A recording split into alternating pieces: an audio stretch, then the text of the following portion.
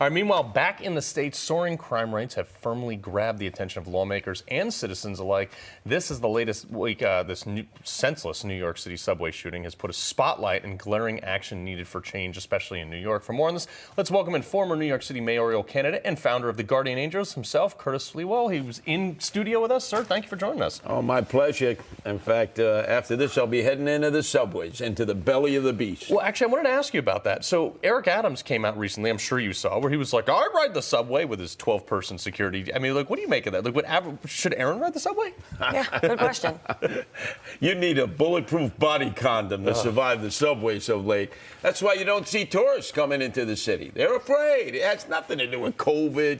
They're not coming because of the crime. And look, you have this lone wolf. He's a crackpot, a nut job.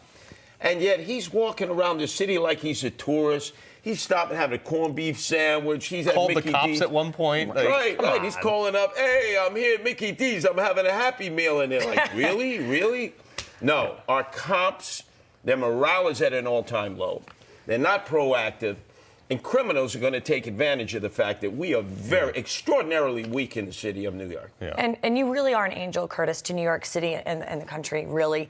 And you have been protecting this great city for so long.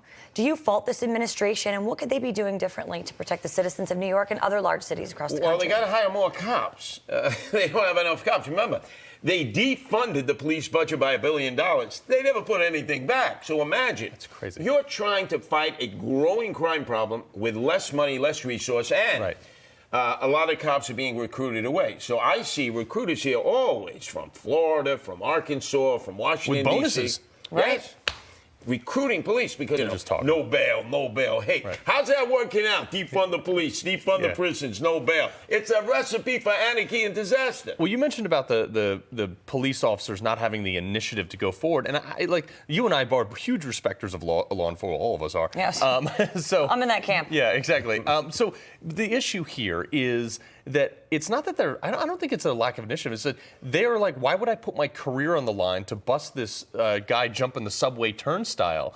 Because no one's going to back me up. They're going to throw me under the bus for, pick a crime, racial injustice or something like that because the person happens to be of one minority group or another. I mean, like, Eric Adams, he's a former 5-0. You'd think he would have these guys back, right? Well, he never had their back. And see, that's his narrative. But the reality is, he and others led a systematic stripping of all police officers of qualified immunity. That means they would take chances if they knew that the city would back them up in case they get sued. They are the only group of civil servants who can be sued. Not judges, not prosecutors, not mayor admins, not even former Andrew Evil Eyes Cuomo, who was responsible for thousands of elderly people dying in long-term nursing care. Right. They are untouchable. But cops, they can be personally sued. So this is so unfair to our law enforcement. But the other issues, we see these politicians bloviating and banging their fist about gun control. You know that's not the answer. First off, I was shot with 5 hollow point bullets by organized crime, the Gambinos, back in 1992. An illegal 38. There are 1 million illegal handguns already in New York City. Right. So forget the ghost guns, the iron pipeline. Sure, we want to limit that.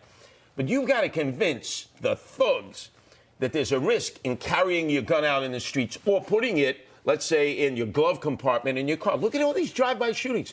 We've never had drive-by shootings in New York City. That was always Los Angeles, Bloods and Crips. Where they're too lazy to get out of their car. Well, the point being now is... it's everywhere, all over the country. There are no more traffic stops. Right. The cops are not being proactive. They're not doing... No stop and frisk. Right. Exactly. So if you know you're in a gang area, whether it's Los Angeles, Portland, look at all the shootings in Portland, in Seattle, in Houston, in Dallas, and Little Rock, Arkansas. Philadelphia, my hometown. Oh, the murder capital of America soon. It's really sad to see. You've got to do stop and frisk, especially when you see these young guys openly and brazenly carrying nines and shooting them in the air like they don't care. It's unbelievable, and they just don't care. But the Supreme Court might actually let normal people like us carry a gun with a permit very soon. And then you will be vilified in New York. So imagine you're a legal carrier in another state. Yeah. They're going to let you carry here.